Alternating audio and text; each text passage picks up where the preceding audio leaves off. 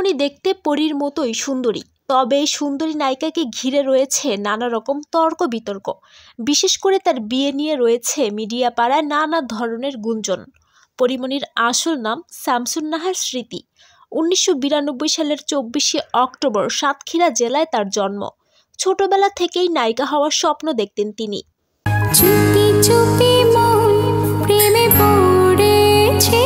মেধাবী ছাত্রী ছিলেন পরিমণি। পঞ্চম শ্রেণীতে ট্যালেন্ট পুলে বৃত্তিও পেয়েছিলেন।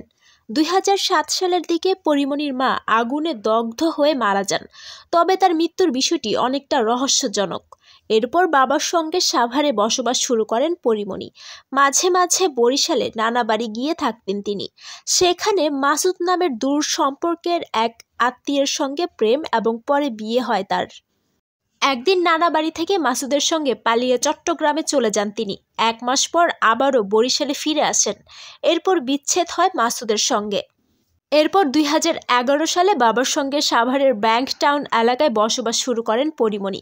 সে সময় সাভার কলেজেও ভর্তি হয়েছিলেন তিনি, তবে নিয়মিত ক্লাস করতেন না।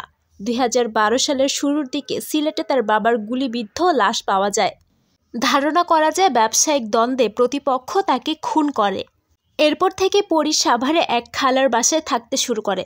সে সময় পরিমণির দ্বিতীয় বিয়ে হয় তার খালাতো ভাই ইসমাইল হোসেনের সঙ্গে। বরিশালে 2 বছরের দাম্পত্য জীবনের পর বিচ্ছেদ হয় তাদের। এরপর নায়িকা হওয়ার স্বপ্ন নিয়ে বুলবুল একাডেমি অফ ফাইন আর্টসে নাচ শিখতে ভর্তি হন পরিমণি। নাচ করতেন বিভিন্ন অনুষ্ঠানে। এভাবে সুযোগ পান টিভি নাটকে অভিনয়ের। Second innings, exclusive, extra bachelor নামের নাটকে দেখা যায় তাকে। এরপর নারী ও নবনীতা তোমার জন্য নামে একটি নাটকে নায়িকার চরিত্রে অভিনয়ের সুযোগ পান তিনি। নাটকে অভিনয় করার সময় সেতু নামের এক ফটোগ্রাফারের সঙ্গে তৃতীয় বিয়ে হয় পরীর। 2 বছর তারা সংসারও করেন, কিন্তু হঠাৎ ভেঙে যায় তাদের সেই সংসার। এরপর 2012 সালে ফেরদৌস কবির সৌরভের সাথে চতুর্থবারের মতো বিয়ে হয় পরিমণির, কিন্তু উচ্ছৃঙ্খল জীবনযাপনে লিপ্ত হয়ে তার কাছ থেকে চলে যান পরিমণি। 2014 সালের দিকে তার সঙ্গে পরিচয় হয় কথিত প্রযোজক নজরুল ইসলাম রাজের সঙ্গে। রাজি তাকে সিনেমার নায়িকা হওয়ার স্বপ্ন দেখাতে শুরু করেন। এরপর থেকে রাজের সার্বক্ষণিক সঙ্গী ছিলেন তিনি। 2015 সালে সিনেমায় নায়িকা হওয়ার স্বপ্ন পূরণ হয় পরীর। ওই সময় নজরুল ইসলাম খানের পরিচালনায় রানা প্লাজা নামের একটি ছবিতে অভিনয় করেন পরী, কিন্তু ছবিটির মুক্তি নিয়ে জটিলতা তৈরি হয়েছিল তখন।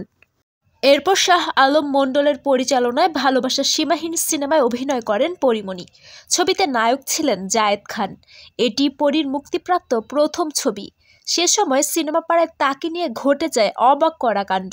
প্রথম ছবি মুক্তির আগেই 19টি ছবিতে চুক্তিবদ্ধ হন পরী। এরপর থেকে শুরু হয় তার বেপরোয়া জীবন। 2017 সালে তানিম হাসান নামের এক সাংবাদিকের সঙ্গে পরীর প্রেমের সম্পর্কের কথা জানা যায়। তানিমকে নিয়ে প্রকাশ্যে বিভিন্ন দেশে ঘুরতেও যান তিনি। সে সময় সৌরভকে তালাক না দিয়েই পুনরায় 2019 সালের 14 ফেব্রুয়ারি বেশ ঢাকঢোল পিটিয়ে সাংবাদিক তানিমকে বিয়ে করে পঞ্চমবারের মতো সংসার পাতেন তিনি। কিন্তু পরের বছরের ভালোবাসা দিবসই ভেঙে যায় সেই সংসার। এরপর 2020 সালের 9 মার্চ 3 টাকা দেনমোহরে কামরুজ্জামান রনিকে ষষ্ঠ বিয়ে করেন চিত্রনায়িকা পরিমণি। কিন্তু সে বিয়েও 5 মাসের মাথায় ভেঙে যায়। অবশেষে গোপনে শরীফুল রাজের সাথে সপ্তম বিয়ে করে গর্ভবতী হয়ে স্বামীকে প্রকাশ্যে আনেন পরী, কিন্তু বিয়ের 1 বছরের মধ্যে ভেঙে যায় সেই সংসারও।